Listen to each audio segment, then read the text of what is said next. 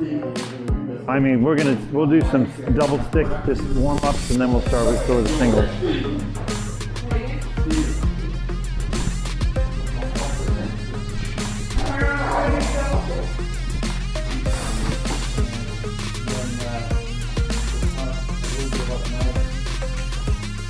This is called a retique, by the way. I'm not a big fan of it as a strike.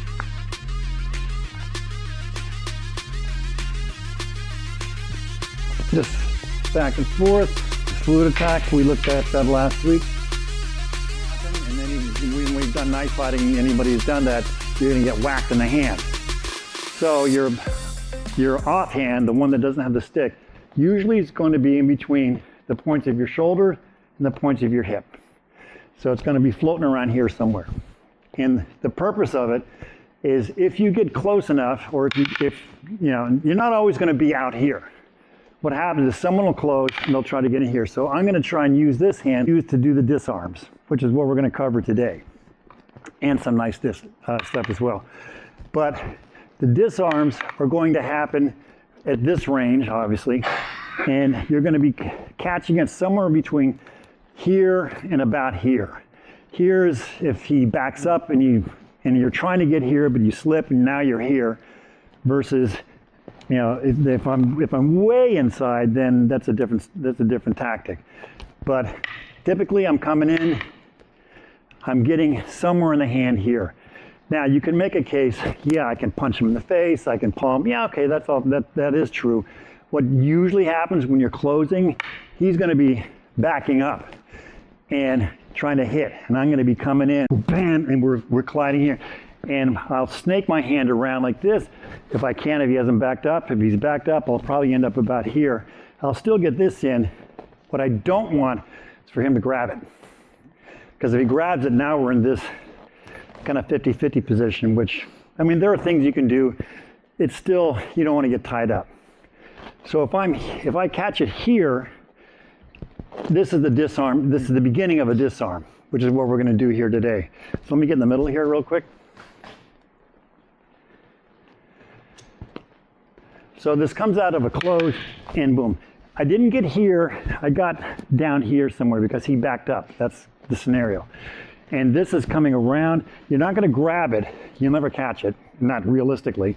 What you're going to do is snake around and just bring your hand around like that, and just for the time being, just get open here.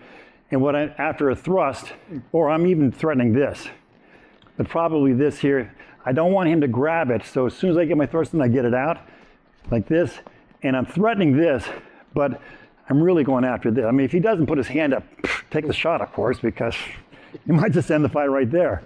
But what'll happen if you have this, the disarm it's real simple. Snake around and boom, out like that. And sorry, you're right. Okay, I'm gonna snake it out, and you're gonna be tearing it out like that. Now, it'll probably not end up in your hand like the Bruce Lee movies. What you will end up happening though, as you do it, bang out, it'll come out and it'll probably land on the ground, which is fine. Just make sure he doesn't go pick it up. If it does end up in your hand, you have two sticks. If you're comfortable with two sticks, continue fighting. If you're not comfortable with two sticks, find someone who doesn't have a stick and throw it to them, and now you have two friends. Because like I said, in fighting, it's never one-on-one there. It's 2-on-1, 3-on-1, 5-on-2, you know, those are typically the odds. And one of you will have maybe a weapon, maybe not. But if in case you do, there you have. Same thing with a knife. You know, two knives are great. You can do a lot of damage with a knife. I mean, in fact, my preference is if I had to pick between a stick and a knife, I'm really comfortable with a stick, but if it's multiple people, a knife. Now, if they all have sticks, different story. But the one knife can do a lot of damage. Male, female, doesn't matter. If you're familiar with it, you can do a lot of damage. Anyway, so the first disarm, what you're going to do is you're going to get here and snake like this, and then the context is you're closing. He's trying to do this, and then you rip out. Now, when you do that, don't tear your partner's wrist up. We'll start with that. Okay. So those, if he does it this on, you don't know what kind of pressure this bone puts on my bone. That's huge. The more he brings this into him, the harder it's going to be. So don't leave it dangling and don't have it here. Yeah. This bone is here for a reason. This goes here, and my grip is done. So he just brings this on up and it snaps out. Or if he wants to be a jerk and move, yeah, it tears my whole wrist up. And keep in mind, don't stand there and admire yourself while you have it, because it's not a Kodak moment. Is that even a term now? Yeah. Not anymore. But if you got this, it's got to be right away. And threaten with this too, because you don't want them thinking about this. You want them thinking about this, because that's probably what they're going to see anyway. If you go like this, let them block. Coming. Boom, whip it out, and then you get out like that.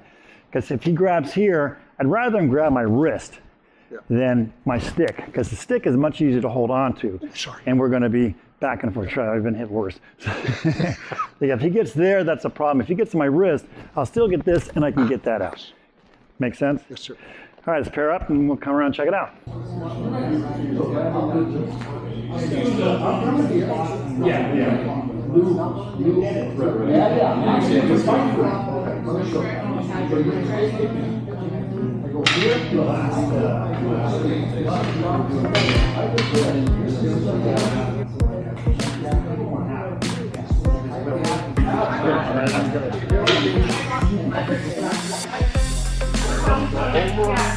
You catching it with your arm?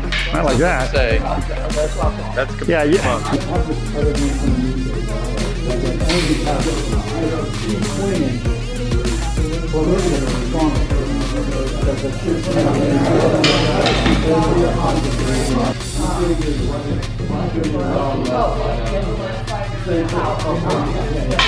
Block it. See, if I block it here, I'm going to boom like that. Oh, fuck. I'm fucked. Yeah, I'm going to, it's this.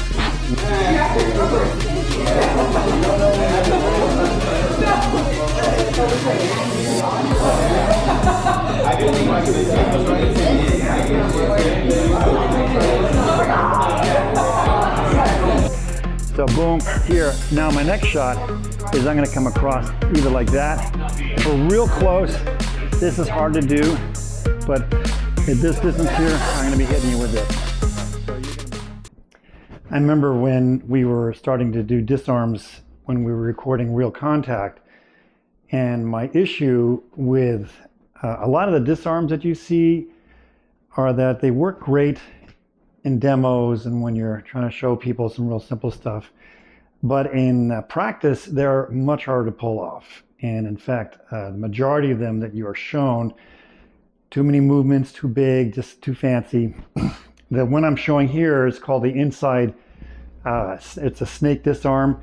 And I call it the inside one because when you're coming in, you're closing on the inside of his strike. So his strikes can be done like this, and you're coming on the inside of that. And your hand will naturally snake around it. So you're snaking on the inside, coming around. This one is much easier to pull off. There's another one that conversely, when the outside you do this, and you scoop it, and I'll show you that in the next video. But when you are fighting, typically people will have really heavy gloves or something like that on there.